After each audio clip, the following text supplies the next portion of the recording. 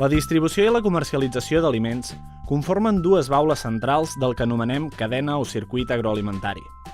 Són tots els passos que tenen lloc des que els aliments són produïts fins que arriben a la persona que els consumirà. A escala de Barcelona, Mercabarna és una peça clau de la distribució d'aliments.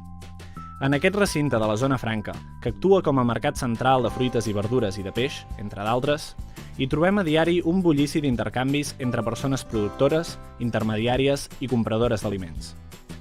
Observar aquesta activitat ens porta a reconèixer la importància dels canals de distribució. Serveix també per establir comparacions amb sistemes alternatius, com els canals curts o la venda directa, i per valorar quin rol han de jugar les institucions públiques en el complex debat de la distribució i la comercialització alimentàries.